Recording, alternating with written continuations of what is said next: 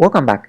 Now what we need to do is that we need to integrate a template into our Laravel project, and I have this template, and I'm not gonna create the template from scratch because this is not an HTML and CSS course, and I recommend using this template because I want you to follow along.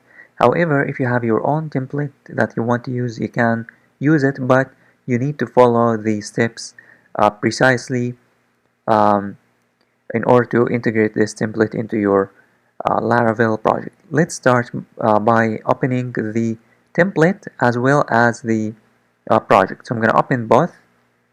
I'm going to open the template and the project. So on the right side, I have the template. On the left side, I have my project. First, in my project, we need to open the public and then the CSS. And then in the template, we need to open the template, the CSS folder, and then we need to copy all of these CSS files. I'm going to copy them, and then I'm going to paste them in my CSS. Similarly with the JavaScript, I'm going to open the JavaScript, and then I'm going to copy all of these,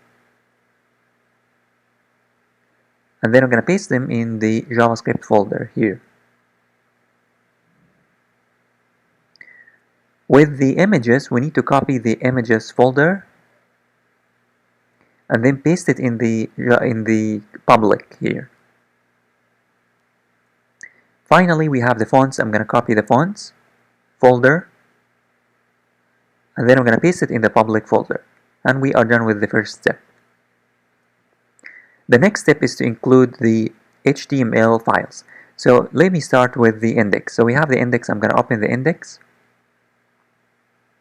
and then I'm going to select only the header. So the header starts from here all the way to the end of the header, which is this. I'm going to copy it, and then I'm going to open my project, and then I'm going to open in my Laravel project, I'm going to open the resources, views, layouts, header, and then I'm going to paste the code. And then I'm going to click on file and then save. Similarly, we need to open the index one more time, and then we need to get the footer. So the footer starts from here. The footer starts from here. So from here, I'm going to copy all the way to the end of the file. I'm going to copy this code, and then I'm going to paste it in the footer. I'm going to open the footer, and then I'm going to remove this code, and then I'm going to paste the footer. And then I'm going to click on file and then save. Now, we need to copy the code between the header and the footer and paste it in the index. So I'm going to again open the index of the template, and then I'm going to get from below the footer, which is here, from here all the way to above the footer. So we need to copy this code, and then we need to paste it in the index between the section content and the end content. I'm going to remove this, and then I'm going to paste it here. However, now we need to make reference to the CSS and JavaScript and images folders because the folders exist in the public. If you open the public and CSS, you'll find that we have so many CSS files. If you open the JavaScript, JS, you'll find that we have so many JavaScript files. Also the images, we have so many images. So we need to make reference to these links in the header and the footer and in the index. Let's start with the header. I'm going to open the header, and then in order to make reference to these, we cannot say public and then / CSS.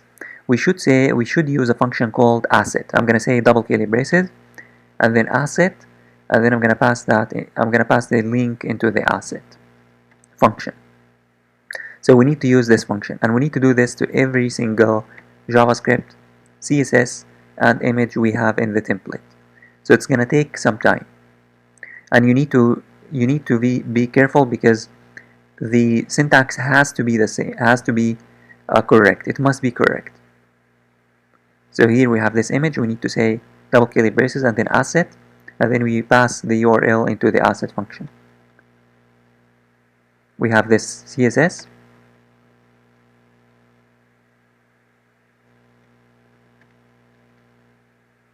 So this is going to take time, but you have to do it.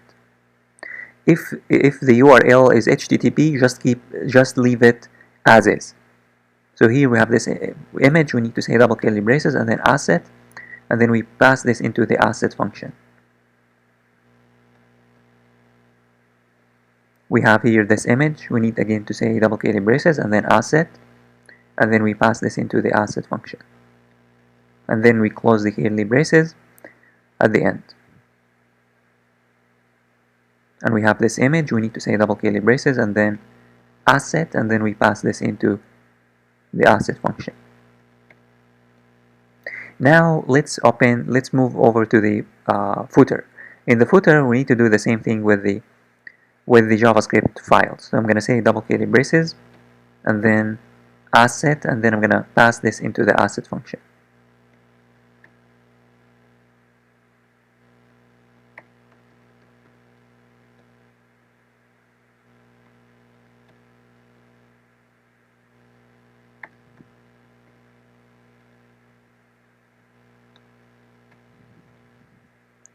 So this is going to take some time, but it's important to do it. You have to do it.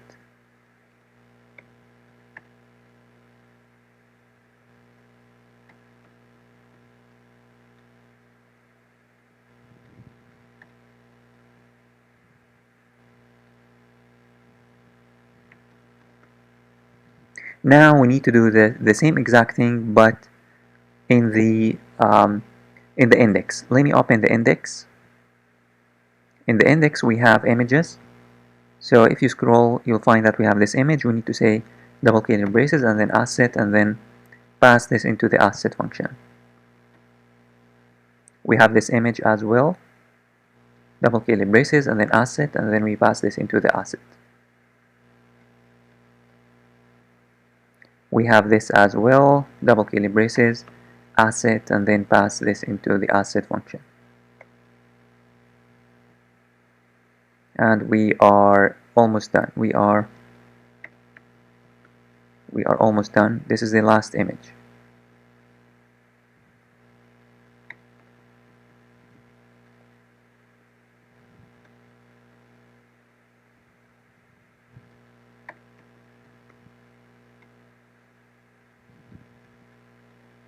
We have this as well.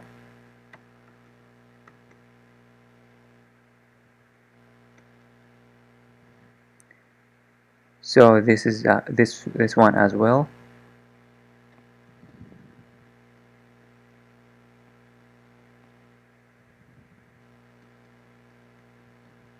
And this.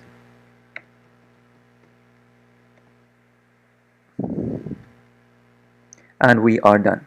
The last step is that you need to click on File and then Save All to make sure that you saved everything.